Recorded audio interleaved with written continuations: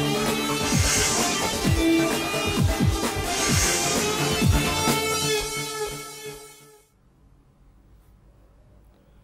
Morning. Number 1 Telugu news channel TV5 తో కలిసి Celkon mobiles సమర్పిస్తున్న బిజినెస్ బ్రేక్ఫాస్ట్ షోకి స్వాగతం. గ్లోబల్ క్యూస్ ఈ మార్నింగ్ సబ్డ్యూడ్ గా ఉన్నాయి, ఆర్ రేదర్ మిక్స్డ్ గా ఉన్నాయని చెప్పుకోవచ్చు.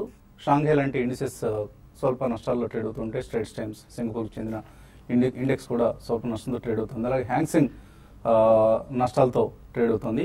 అయితే తైవాన్ లాంటి ఇండిసెస్ మాత్రం లాభాల్లో ట్రేడ్ అవుతున్నాయి. SX నిఫ్టీ కూడా ఫ్లాట్ గా ఉంది, 8076 4 పాయింట్ల లాభంతో కనిపిస్తుంది. ఫ్లాట్ గా మార్కెట్స్ ఇవాళ ప్రారంభమవుతాయన్న అంశాన్ని సూచిస్తుంది. సో 2 రోజులు అందరూ ఆసక్తిగా ఎదురు చూసిన FOMC మీటింగ్ సమావేశం ముగిసింది. ప్రస్తుతానికి వడ్డీ రేట్లో ఎటువంటి మార్పు లేదు.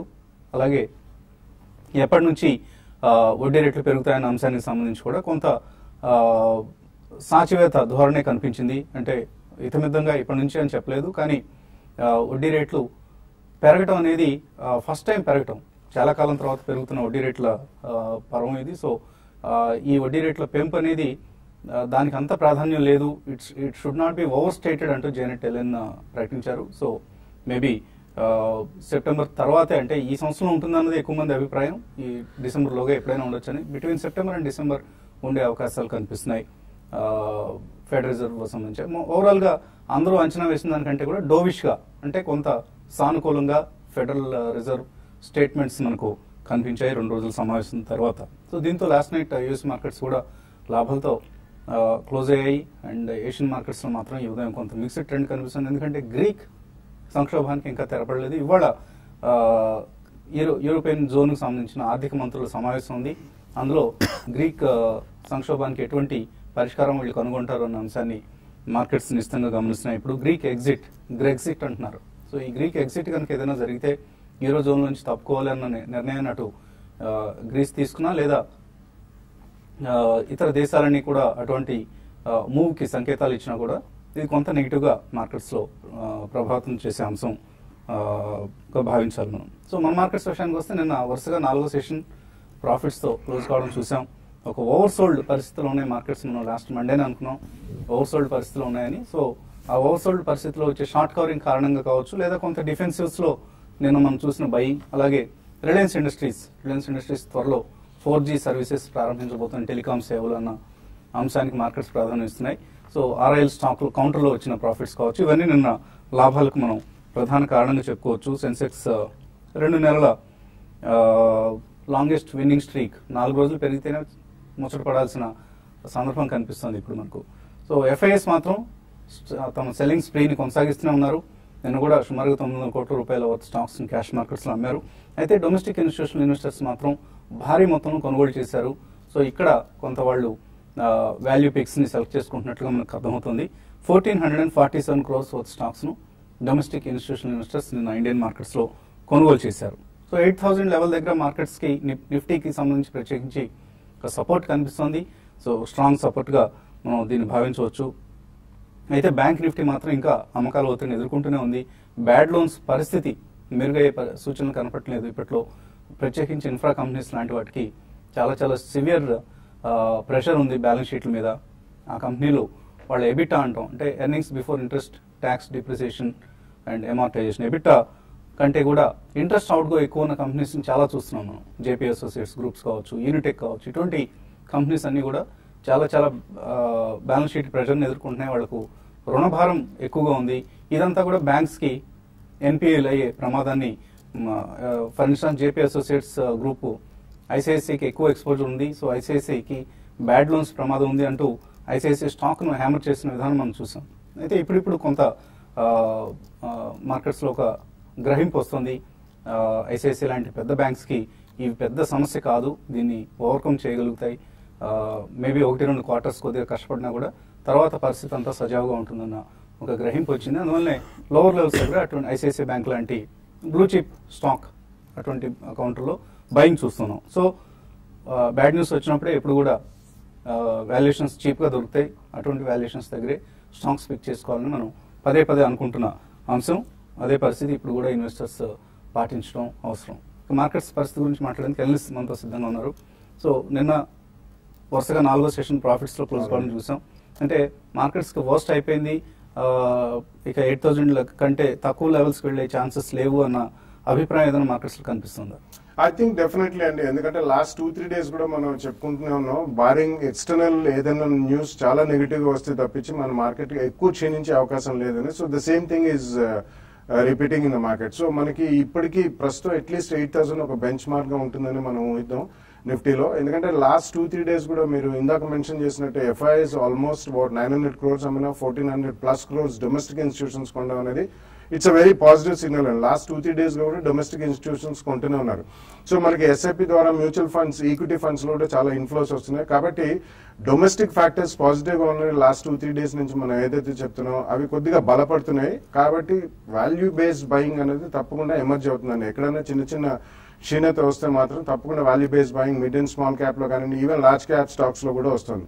మనకి మాన్సూన్ కూడా రీజనబుల్లీ బాగానే ఉంది. సో నిన్న ఇన్ఫ్లేషన్ డేటా కూడా చాలా ఆశాజనకంగా ఉంది. సో ఇంట్రెస్ట్ రేట్స్ ఎక్కువ పెరిగే అవకాశం లేదు అమెరికాలో ఇప్పుడప్పుడే నెక్స్ట్ 3 months లో అని చెప్పి మనకి నిన్న తేలిపోయింది. కాబట్టి అన్సర్టనిటీ ఒకటి తొలగిపోయిందండి. Greece may not be a major impact Indian markets మీద, పెద్దగా ఇంపాక్ట్ చూడకపోవచ్చు. డెఫినెట్లీ ఉంటుంది.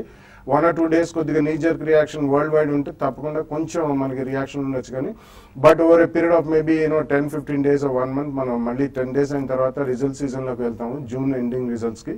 సో ఇన్ మై ఒపీనియన్ తప్పకుండా మనకి వర్స్ట్ అట్లీస్ట్ షార్ట్ టర్మ్ లో మాత్రం అయిపోయిందని చెప్పుకోవాలి. Any small decline calls for a very strong buy, especially in companies like IT and pharmaceuticals, non-banking financial services companies, private sector banks, selective auto. ఎందుకంటే మనకి monsoon బాగానే ఉంది కాబట్టి మళ్ళీ ఆటో డిమాండ్ కూడా పెరిగే అవకాశం ఉంది. So auto and auto ancillary ఇటువంటి వాటిలో తప్పకుండా ఎక్స్పోజర్ కొద్దిగా తీసుకోవచ్చు. నెక్స్ట్ 1 or 1.5 months లో చూసి about 2 price points, worst case scenario 3rd price point లో కూడా 10-15% కరెక్షన్ ఇండివిజువల్ స్టాక్స్ లో ఎప్పుడైనా వస్తే మాత్రం తప్పకుండా కొనుగోలు చేయాలి. సో నిఫ్టీకి సంబంధించి వాళ్ళ ఫ్లాట్ గా ఓపెన్ అయ్యే అవకాశాలు కనిపిస్తున్నాయి. ఓపెనింగ్ లో ట్రేడర్స్ ఎటువంటి పొజిషన్స్ తీసుకోవచ్చు? ఓపెనింగ్ కొంచెం ఫ్లాట్ గా కొంచెం పాజిటివ్ గా ఓపెన్ అయిన తర్వాత 8,100 దగ్గర కొంచెం రెసిస్టెన్స్ వచ్చే అవకాశం కనిపిస్తుంది. నిన్న కూడా మనం చూసాము ఈ లెవెల్ నుంచి హై లెవెల్ నుంచి మనం సడన్ గా లాస్ట్ హాఫ్ అన్ అవర్ ఒక చిన్న నీజర్ క్రియేషన్ కూడా మనం చూసాం. అంటే 8100 అనేది ఒక మైనర్ టాప్ అనేది ఏర్పడింది. ఓపెనింగ్ ఏమాత్రం కనుక 8,100 పైన కనుక కాసేపు ట్రేడ్ అయిందంటే కనుక ఫర్దర్ గా లాంగ్ పొజిషన్ తీసుకోవచ్చు. అలాగే నెక్స్ట్ టార్గెట్ 8,140 ఇంట్రాడే వరకు వెళ్ళే అవకాశం ఉంది. ఇంట్రాడే సపోర్ట్ చూస్తే కనుక 8,050 దగ్గర ఉంది. నిన్న ఒక మైనర్ టాప్ మైనర్ బాటమ్ ఒక సపోర్ట్ కూడా అదే ఉంది. 8050 దాని దగ్గర కనుక ఒక 10 minutes ట్రేడ్ అయిందంటే కనుక అక్కడ లాంగ్ పొజిషన్ తీసుకోవచ్చు. సో ఇవాళ intraday first half an hour కానీ ఫస్ట్ 1 hour కానీ 8100 8050 దగ్గర ఒక ట్రేడింగ్ రేంజ్ లో మూవ్ అయ్యే అవకాశం కనిపిస్తుంది ఇంట్రాడే. షార్ట్ టర్మ్ చూస్తే కనుక మన సోమ మంగళవారాలు ఎప్పుడైతే మార్కెట్ 8,000 పైన రీబౌండ్ అయ్యిందో అప్పుడే ఒక మార్కెట్ లో ఒక ఇమీడియట్ డేంజర్ నుంచి బయటపడినట్టు కనిపిస్తుంది. షార్ట్ టర్మ్ కొంచెం మళ్ళీ ఒక న్యూట్రల్ ఒక పాజిటివ్ జోన్ లోకి రావడం జరిగింది. అలాగే మార్కెట్ వీక్లీ చార్ట్లను డైలీ చార్ట్లను RSI ఓవర్ సోల్డ్ పొజిషన్ నుంచి కొంచెం రికవరీ రావడంతో మార్కెట్ కూడా కొంచెం నిలబడడం జరిగింది. కాకపోతే ఎఫ్ఐ చూస్తే కనుక ఫ్యూచర్స్ లో ఇండెక్స్ ఫ్యూచర్స్ లో కానీ స్టాక్ ఫ్యూచర్స్ లో కానీ లాస్ట్ 1 week గా పెద్ద యాక్టివిటీ కనిపించలేదు. అంతర్గతం సెల్లింగ్ తర్వాత ఈ లాస్ట్ 1 week గా కొంచెం కాషియస్ మోడ్ లో ఉండడంతో మార్కెట్ కూడా కొంచెం ఇండెసిసివ్ గా కనిపిస్తుంది. ఒకవేళ వాళ్ళు కనుక ఇండెక్స్ లో కానీ స్టాక్ లో కానీ ఒక బయింగ్ లోకి వచ్చారంటే కనుక మార్కెట్ ఆటోమేటిక్ గా కొంచెం పెరగడం కూడా జరుగుతుంది. అలాగే యూరోపియన్ మార్కెట్స్ కూడా ఇవాళ మధ్యాహ్నం రికవర్ అయిందంటే కనుక మార్కెట్ ఫర్దర్ అప్ ట్రెండ్ కూడా వెళ్ళే అవకాశం ఉంది. మార్కెట్ 2-3 రోజుల్లో నెక్స్ట్ ఫ్యూ డేస్ ఒక షార్ట్ టర్మ్ కన్సాలిడేషన్ అని వెళ్లే అవకాశం కనిపిస్తుంది. ఈ కన్సాలిడేషన్ లో ఈ సైడ్ వేస్ ట్రెండ్ లో స్టాక్ స్పెసిఫిక్ గా పెరిగే అవకాశం కనిపిస్తుంది. ముఖ్యంగా నేను ఫార్మా చూసాము, స్ట్రాంగ్ ర్యాలీ చూసాము. సో ఈ సెక్టర్ లో ఫర్దర్ గెయిన్స్ కూడా వచ్చే అవకాశం కనిపిస్తుంది. సో కాబట్టి షార్ట్ టర్మ్ కొంచెం పాజిటివ్ కన్సాలిడేషన్ ఉంది కాబట్టి ట్రేడర్స్ 8,000 కింద స్టాప్ లాస్ పెట్టి లాంగ్ పొజిషన్స్ ని హోల్డ్ చేయొచ్చు. షార్ట్ పొజిషన్ ప్రస్తుతం అవాయిడ్ చేయండి, ఎందుకంటే మార్కెట్ ఇంకా సపోర్ట్ పైనే ఉంది కాబట్టి. ఈ నెక్స్ట్ ఫ్యూ డేస్ చాలా కీలకము. శుక్రవారం కనుక మార్కెట్ స్ట్రాంగ్ గా క్లోజ్ అయిందంటే అప్పుడు వీక్లీ చార్ట్ ఎండ్ అయినప్పుడు ఒక రివర్సల్ ఏర్పడినట్టుగా భావించవచ్చు. సో మార్కెట్ కొంచెం పాజిటివ్ కన్సాలిడేషన్ లో వెళ్ళే అవకాశం ఉంది. కాలర్స్ లైన్ ఉన్నారు. ఫస్ట్ కాలర్ హైదరాబాద్ నుంచి రంగాచారి. హలో సార్, అదే నిఫ్టీ కాల్ ఎంత తీసుకోమంటారు? జూలైకి తీసుకుందామని. ఏమండి నిఫ్టీ కాల్స్ జూలైకి తీసుకోవచ్చు అంటారా? జూలైలో మీరు జూలై పట్ల బులిష్ గా ఉన్నారా? మీరు బాగుంటుంది అనుకుంటున్నారు మార్కెట్, మీరు అందుకనే కాల్స్ తీసుకుందాం అనుకుంటున్నారు. అందుకే పెరుగుతున్నామని ఆశ. నిఫ్టీ కాల్స్ తీసుకోవచ్చా? జూలై కాల్స్ 8,000 దగ్గర ఉన్నప్పుడే కాల్ తీసుకోవాలంటే బాగుండేది. ఈ లాస్ట్ 4 days డబల్ అయిపోవడం జరిగింది. కాకపోతే మార్కెట్ ఇంకా కొంచెం బుల్లిష్ ట్రెండ్లోకి వెళ్ళలేదు. కాల్ ఎప్పుడు తీసుకున్నా సరే అప్పటి నుంచి కంటిన్యూస్గా 1 or 2 weeks పెరుగుతుంటేనే ఒక కాల్ ఆప్షన్ ప్రీమియమ్స్ బాగా పెరిగే అవకాశం ఉంది.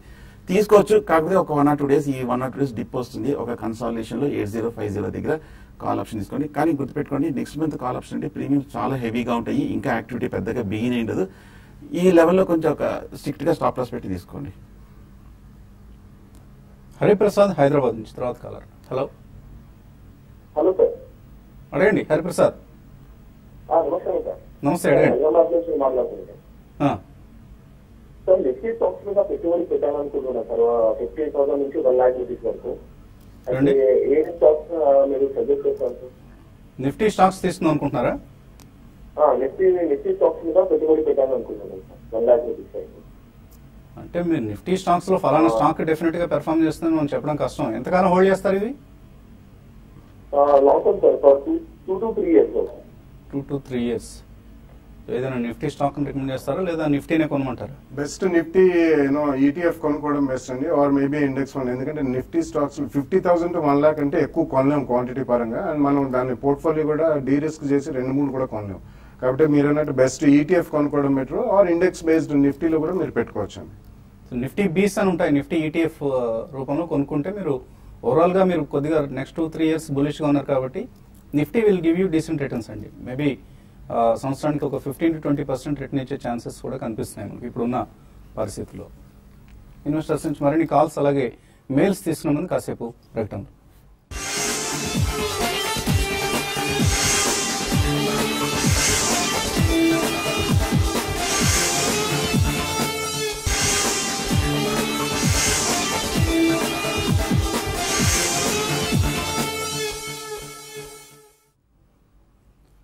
సిల్కాన్ మొబైల్స్ సమర్పిస్తున్న బిజినెస్ బ్రేక్ఫాస్ట్ షో తిరిగి స్వాగతం. తర్వాత కాలర్ లైన్ లో ఉన్నారు, విజయవాడ నుంచి మూర్తి. హలో. నమస్తే వసంత్ గారు. నమస్తే అండి. సుందరరాజా గారు. మాస్టర్ షేర్ ఈ మధ్య చాలా ఘోరంగా పడిపోయింది. కారణం ఏంటి? తర్వాత ఏమో నా దగ్గర సిమెంట్ స్టాక్స్ లో జేకే లక్ష్మీ సిమెంట్ ఒకటి, మంగళం సిమెంట్ ఒకటి ఉన్నాయి. ఈ రెండింటినీ లాంగ్ టర్మ్ కోసం అట్టు పెట్టుకోవచ్చా? జేకే లక్ష్మీ సిమెంట్ చూస్తే కనుక బాగా వీక్ గా రావడం చూసామండి లాస్ట్ ఒక 6 months గా. ఓవరాల్ గా సిమెంట్ ప్యాక్ అన్ని కూడా బాగా కంటిన్యూస్ గా డౌన్ ట్రెండ్ లోనే ఉండడం మనం చూసాము. అలాగే జేకే లక్ష్మి కూడా, మంగళం సిమెంట్ కూడా, అలాగే మిగతా స్టాక్స్ కూడా కొంచెం బాగా డౌన్ లోనే చూసాం. కాకపోతే ఈ లెవెల్లో టెక్నికల్ గా మేజర్ సపోర్ట్ దగ్గర రావడం జరిగింది. లాస్ట్ 1 year మేజర్ లో దగ్గర రావడం, లాంగ్ టర్మ్ సపోర్ట్ కూడా ఈ లెవెల్లో ఉంది. సో ఈ లెవెల్లో కొంచెం కన్సాలిడేషన్ అయ్యే అవకాశం ఉంది, కరెక్షన్ కూడా ఆగే అవకాశం ఉంది. మీరు హోల్డ్ చేయండి. ఏమాత్రం కనుక ఫర్దర్ కొంచెం మార్కెట్ ర్యాలీ వచ్చి సెక్టరల్ పాజిటివ్ న్యూస్ వచ్చిందంటే ఇక్కడ ఫర్దర్ కూడా ఈ స్టాక్స్ లో మీరు యాడ్ చేయొచ్చు. కొంచెం హోల్డ్ చేయండి. మాస్టెక్ పరిస్థితి ఏంటి? మాస్టెక్ గురించి అడిగారు. మాస్టెక్ కూడా చూస్తే టెక్నికల్ గా బాగా కొంచెం స్ట్రాంగ్ గానే కనిపించింది. ఇప్పుడు కొంచెం కార్పొరేట్ యాక్షన్ వల్ల కొంచెం ఈ స్టాక్ కరెంట్ రేటు 140-150 రేంజ్ లో ట్రేడ్ అవుతుంది. ప్రస్తుతం అయితే హోల్డ్ చేయండి. ఓవరాల్ గా కొంచెం స్ట్రాంగ్ గా ఉన్న స్టాకే. అంతకంటే స్ప్లిట్ అవ్వక ముందు చూస్తే బాగా హైయర్ లెవెల్ లో కూడా ఐటీ స్టాక్స్ తో పోలిస్తే బాగా కన్సాలిడేషన్ స్టాక్ హోల్డ్ చేయండి. సూర్యబాబు నర్సాపురం నుంచి తర్వాత కాలర్. హలో. నమస్తే అండి బాలాగారు. మేము అరుణానగర్ ఫోర్జింగ్స్ 280 కొన్నాం సార్ లాంగ్ టర్మ్ కి. అలాగే గాయత్రి ప్రాజెక్ట్ నా రేట్ వచ్చిందండి, ఎగ్జిట్ అయిపోయి వేరే దాంట్లోకి ఏమైనా మారమంటారా? అలాగే మంచి ఇన్ఫ్రా కంపెనీ, ఏదో డెట్ తక్కువ ఉన్న కంపెనీ, మంచి కంపెనీ చెప్పండి సార్ లాంగ్ టర్మ్ కి.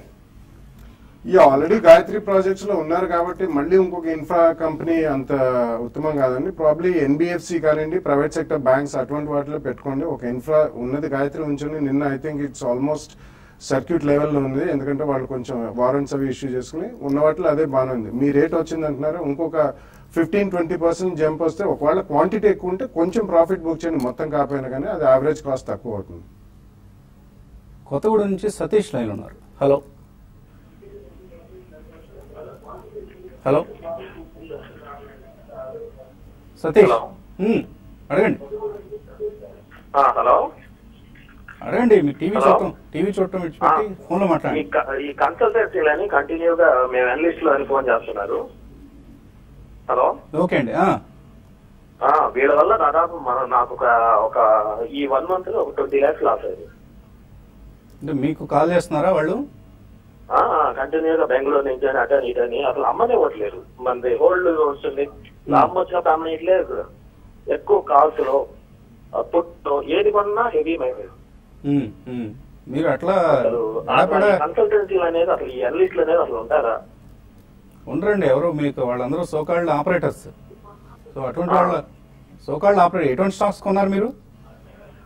ఒకటి టెక్ మహీంద్రా 667 అప్పుడు కొన్నా, ఒక 5000 షేర్స్ 545 అప్పుడు అమ్మించారు బాగా. మళ్ళా కెనరా బ్యాంకు. ఓకే, ఇంకా మీరు పెన్ని స్టాక్స్ వెళ్ళలేదు అంతవరకు? 90,000 కాలని 350 అప్పుడు కొనిచ్చారు, ఇప్పుడు 5 రూపీస్ 6 రూపీస్ ఉంది. ఓకే అండి, ఓకే అండి. బట్ అలా వాళ్ళంతా వాళ్ళు మీకు ఫోన్ చేసి మిమ్మల్ని బొట్లో పడేసే ప్రయత్నం చేస్తే మిమ్మల్ని మీరే కాపాడుకోవాలండి. ఎవరు చెప్తారు ఇటువంటి విషయాల్లో సలహా చెప్పడం ఈజీ, అమలు చేయడం కష్టం. జాగ్రత్తగా ఉండండి. మీరు ఎవరిని పెడితే వాళ్ళని నమ్మకండి. ఎవరైనా ఇలా కాల్ చేస్తుంటారా?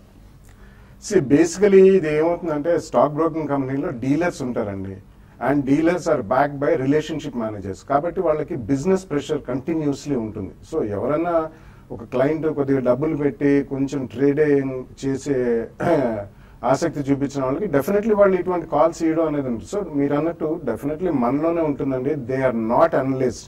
అనలిస్ట్ అంటే వాళ్ళు ఆథర్ చేసి రీసెర్చ్ రిపోర్టు పేరుతో సహా రాయాలి. ఆ పబ్లిష్ చేసిన రిపోర్టు మీరు ఎగ్జాస్టివ్ గా చదివితేనే then is called an analyst. So ఈ కారణం వలన మీరు మాట్లాడే వాళ్ళందరూ dealers or relationship managers.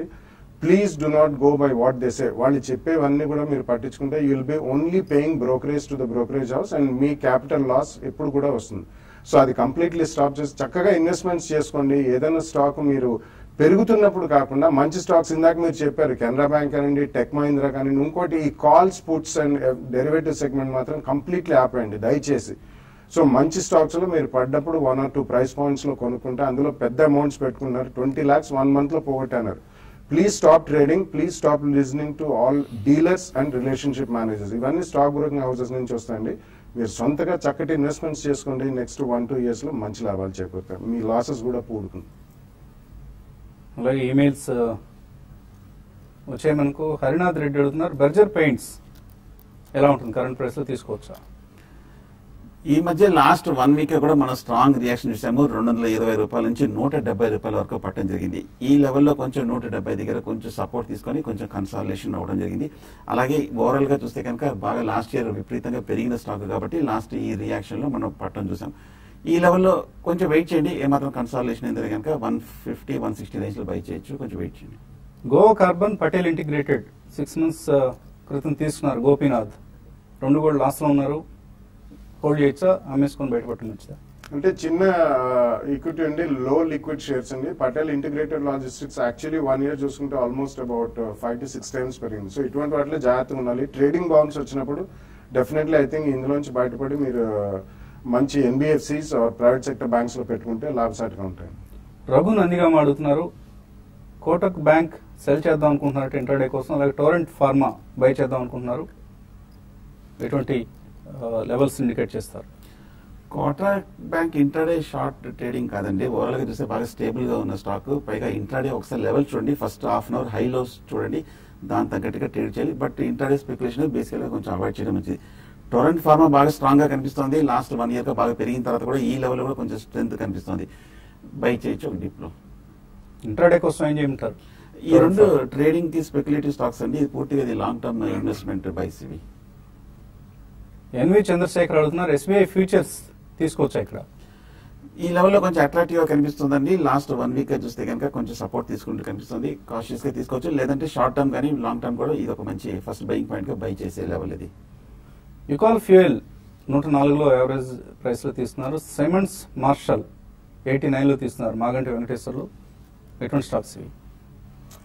Decent stocks అండి, కానీ చాలా లో లిక్విడిటీ ఉన్న స్టాక్స్ ఇవి. But these are decent auto ancillary stocks, రెండు ఉంచండి. Long term investor Prasad Rao, ఆయన ఆల్రెడీ 10 లక్షలు ఇన్వెస్ట్ చేశారు. 15% లాస్ లో ఉన్నారు. ఇంకో 5 లక్షల రూపాయలు అరబిందో, ఇమామి, అమర్ రాజా ఇటువంటి వాటిలో ఇన్వెస్ట్ చేద్దాం అనుకుంటున్నారు. చేయొచ్చా? It's a good idea. 3 కౌంటర్లు కూడా మంచి కౌంటర్లు మీరు ఎంచుకున్నారండి. సో మీరు జాగ్రత్తగా చేయండి. కొంచెం 1 or 2 price points additional 5 lakhs. Teja Saila అడుగుతున్నారు, ఫండమెంటల్స్ అశోక్ లేలాండ్, ఎస్ బ్యాంక్ సంబంధించి ఎలా ఉన్నాయి? రెండు కొన్నారు ఆయన ఆల్రెడీ, హోల్డ్ చేయొచ్చా? రెండు హోల్డ్ చేయండి. రెండు కూడా మంచి ఫండమెంటల్స్ ఉన్న కంపెనీస్ అండి, కాబట్టి రెండు హోల్డ్ చేయండి. చాలా మెయిల్స్ ఉన్నాయి కానీ సమయం కూడా మించిపోయింది. ఇది ఇవాల్టి Celkon mobiles business breakfast show. మధ్యాహ్నం స్మార్ట్ ఇన్వెస్ట్లో మళ్ళీ కలుద్దాం.